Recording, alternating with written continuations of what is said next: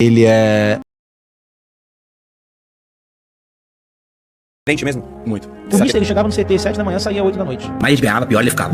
Quanto mais ganhava, mais chato ele ficava. Mano, impressionante, velho. Impressionante. O time era muito bom, mas assim, a mão dele foi importantíssima. Jorge Jesus ovacionado, ouça isso!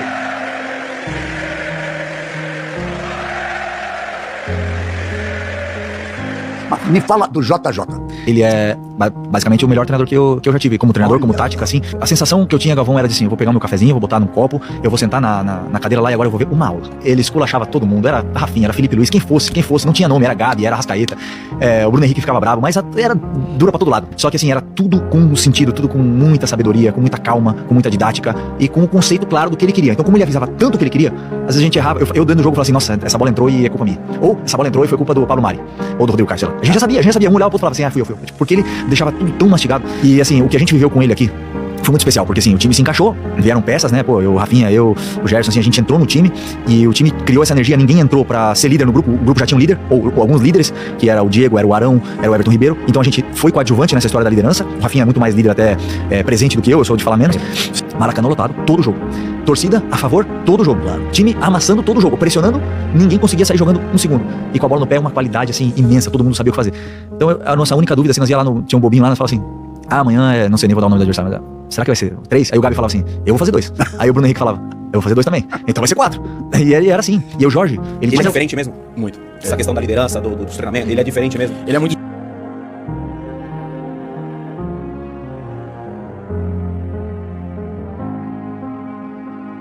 Porque ele é um cara diferenciado, ele é um cara que tem conhecimento, ele é genial na parte de conhecimento técnico, tático, ele é genial. Você conversa com ele assim, uau, dá uma aula. E isso é bonito. E depois na parte de gestão de grupo, ele chegou no Flamengo, na minha opinião, sendo muito bom e saiu de lá sendo extraordinário. Então eu acho que essa combinação que teve do grupo com ele, com o Jorge Jesus, é o que foi o ápice daquela equipe de 2019. Porque ele encontrou uma equipe que queria, tinha sede de aprender, que estava disposto a pagar o preço que for para vencer, para ganhar título e sem parar. E aí encontra um time em harmonia assim na questão da liderança. Entra mais uma vez, porque quando você tiver 5, 6, 7 jogadores que tá alinhado com o que o treinador fala, com os valores da equipe, acabou, não tem quem, meu irmão.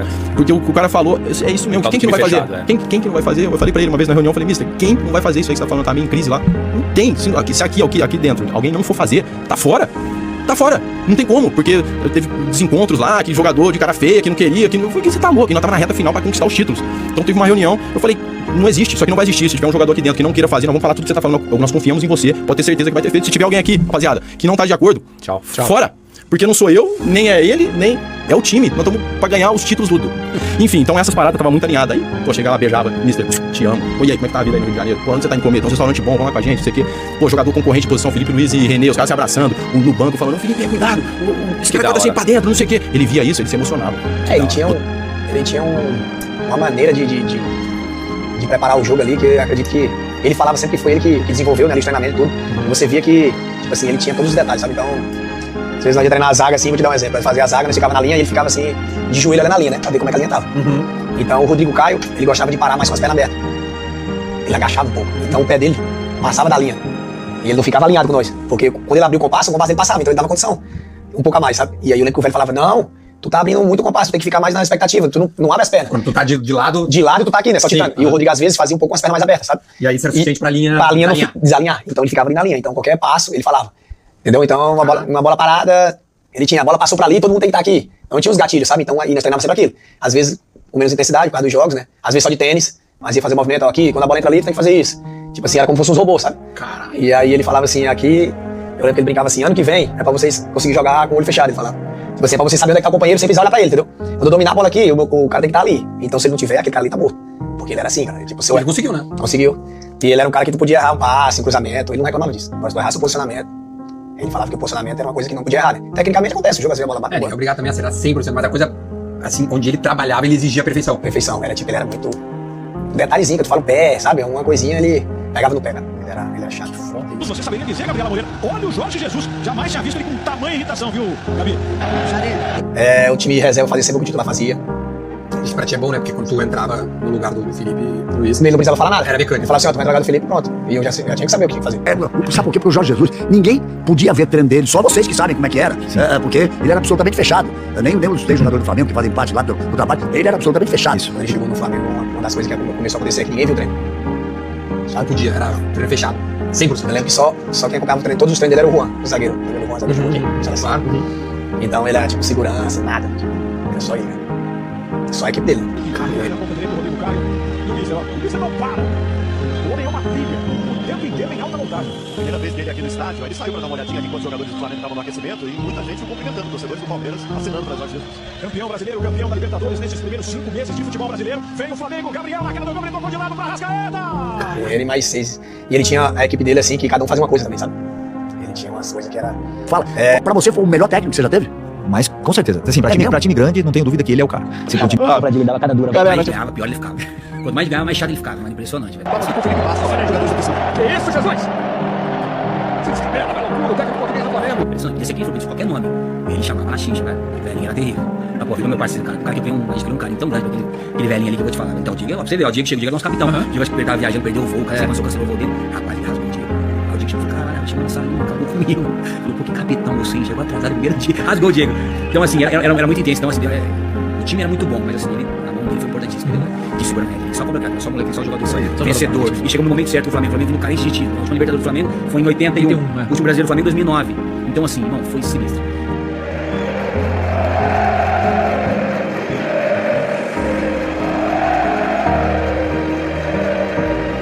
No primeiro treino do velho, o cara dá a bola no atacante e vai eu, paradão, se esperando. Eu mexi assim a cintura, parado. Aí ele não se dá, eu não sei imitar o português igual os caras imitam. Eu tenho o Diego. Diego imitou bem ele. O Diego, os caras imitam certinho. Aí, foda-se, pô. Ele mete assim, foda-se. Eu com 70 anos jogo. Então não dá assim. Ele falou, estás a andar? Estás a jogar parado? O que é isso? Aí ele meio que diz, onde você aprendeu a jogar futebol pra mim? Eu falei, primeiro treino, irmão. E ele já começou a xingar os outros, e xingava o outro, falava assim, vamos ter problema. Ou ganha, cara, esse velho. Eu falava assim, vamos ter problema. Aí falou pro amigão nosso num treino, amigão, vai lá, amigão, cara, não chutar mal, não é momento. Aí o amigão tava fazendo um treininho, cabeceou assim pro goleiro, assim, ó, tipo assim. Aí o atacante foi e fez o gol no treino aí. Tá a jogar PlayStation, pá.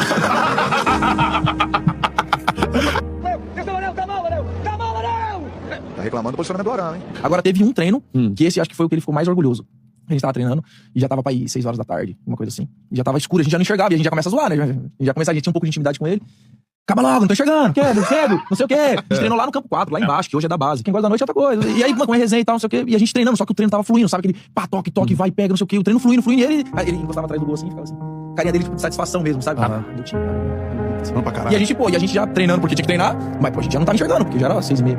E depois no final ele falou, foda-se, pá, vocês já estão jogados de olhos fechados, pá. Já não tem nem mais luz e vocês já estão jogados, pá, isso é lindo. Aí, tipo, você via a satisfação nele mesmo, sabe? De falar assim, caramba, eu consegui passar pro meu time tudo aquilo que eu tenho de ideia. E você acha que o Jesus foi o melhor treinador que o Flamengo já teve? De performance? Nos últimos anos, sim. Ele conseguiu fazer com que os jogadores entendessem aquilo que ele queria. E o que era o Flamengo, entendeu? Porque não adianta só você querer fazer o teu sistema. O que você acha que é o certo, tá? Você tem que entender é o que representa o clube. Como que você pode se adaptar melhor ao clube, né? A filosofia do clube, que a torcida gosta. O Jesus entendeu isso. Então o Jesus, quando o Flamengo tá ganhando de 2-3-0, ele tá em cima pra fazer o quarto, o quinto, o sexto. Léo Moura falou isso aqui naquele jogo Grêmio e Flamengo da Libertadores. Mas é, cara, você aprende isso, por exemplo, com o Frônia. O Jobé era assim. O Jobé, fez um gol, vai pra cima. Fez o segundo, vai pra cima. Fez o terceiro, é igual o boxe. Tu vai lá dar 1, 2, 3, não deixa ele levantar nem respirar. Senão derruba logo. A gente vai jogar dessa forma.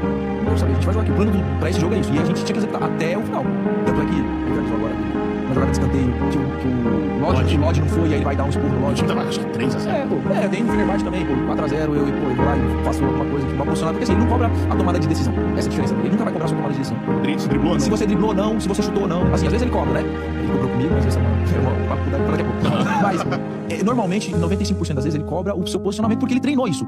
Então ele tem base pra te cobrar. Tanto é que a gente, quando a gente fazia um gol, a gente falava assim, caramba, tipo assim, às vezes o cara deu um passe que a torcida não reparou. Só que o gol só saiu por conta daquele passe, porque a gente sabe que aquele passe era o que precisava pra desempenhar todo o resto. E às vezes a gente tomava um gol que um cara, tipo, fez ou não marcou, ou não voltou, ou não fechou, e a gente já sabia de quem foi culpa.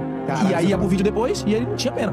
Fala, Charludo, gostou desse corte que você acabou de assistir? Se inscreve no canal aí, dá essa moral pro Charla aí. Vai! Prefiro 10 mil vezes mais o Flamengo jogando como o Jorge Jesus jogava do que atualmente, apesar de respeitar o Tite, acho que é um grande treinador, mas é um estilo de jogo que o Flamengo quer ir pra dentro, né, cara? Pô, todo jogo partir pra dentro do cara, do time, e seja o que Deus quiser, mas vamos lá. Um time com qualidade, a chance de ganhar é muito maior. Você pode pegar treinadores que tem um estilo de jogo parecido com o Jesus, pra frente, etc e tal, e me trazer pra cá. Eu sou sempre a favor do estilo de jogo pra frente. Agora você tem que ter um time também. Não adianta você formar um elenco que tem uma característica de que, né, joga bem numa característica de jogo mais defensiva e querer jogar um futebol ofensivo e vice-versa. Uma montagem de elenco deveria ter padrões mínimos de cada de idade, ou de formação, ou de compra de jogadores, etc. Pra você montar um elenco com as características que você quer pra jogar. Meu desejo seria sempre jogar pra dentro do cara. Então, entendeu? Cada um, esse, ok? Ok. Quem é que vai decidir? Quem é que vai decidir aqui que fica no meio, ok? Marquem 2 toques, aqui esse jogador no meio é o único jogador que joga ali. João, o jogador não vai jogar ali.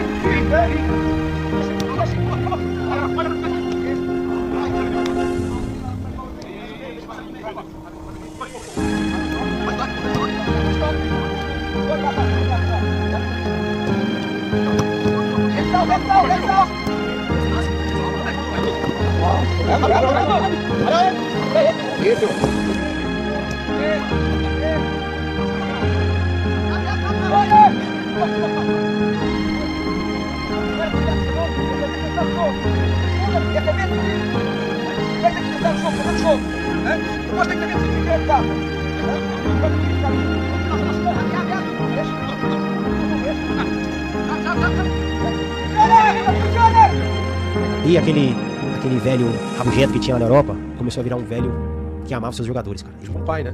Eu lembro bem que eu falei pra ele um dia, primeiros dias, eu falei, professor. Aí ele falou, professor, não, eu sou mister. Aí eu falei, mas você também é um professor. Ele falou, não, professor ensina. Eu falei, mas você veio aqui pra ensinar a gente. Você tá ensinando a gente. Ele falou, pois bem, é verdade. Aí eu falei, aqui no Brasil a gente tem costume de falar professor. Aí eu falei, mas a gente vai te chamar de mister, fica tranquilo. Aí, né, mister. Uhum. Mas aí começou a gerar a relação humana. Cara, quando começou a gerar a relação humana, o ambiente foi assim, um ambiente incrível, cara. Nunca vivi um ambiente... Porque começou a gente já se conhecia pelo olhar. O Jorge, daquele jeito dele, né? Eu acho que foi o time que mais marcou na carreira dele, porque pela relação que ele teve, não somente pelos títulos, mas pela relação que ele teve com os jogadores. O Jesus tinha uma confiança absurda, né, mano? Ele já chegava falando que a gente ia disputar, acho que era 4 títulos. Que era Brasileiro, Copa do Brasil, Libertadores e Mundial, pô. Ele já chegou falando Era a meta mundial já. Já falava do Mundial, cara. Já falava que a gente ia ganhar Libertadores e ia pro Mundial, pô.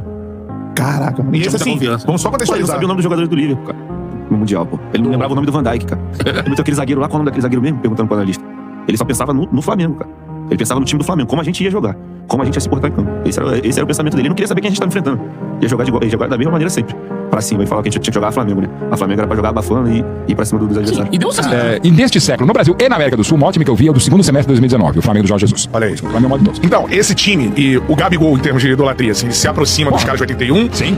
Falar que o Gabigol é o segundo maior da história do Flamengo é um absurdo. Não, claro que, de novo, tem rede social. Tem uma coisa que, pra mim, pelo menos, atrapalharia a idolatria do Gabigol, que é o trap dele. O Gabi, não, ok. Uma coisa, falando em rede social, aquela postagem deplorável, não vejo outro termo. Tá lá o Gabigol com as 2 Libertadores, o Zico só com uma com o Zico cadê grave. Ah, mas foi o artista velho? Foda-se, desculpa. Vamos no termo que aprende no catecismo. Pô, é tua rede social. E pra repercussão que tem, apaga aquela porra. O Zico com cara. Ainda mais o Zico, que é um Zico de pessoas, Zico de cara, que o Zico também tá se lixando pra isso. Mas a gente falando desse cara, não dá pra comparar, é incomparável. Aliás, é incomparável.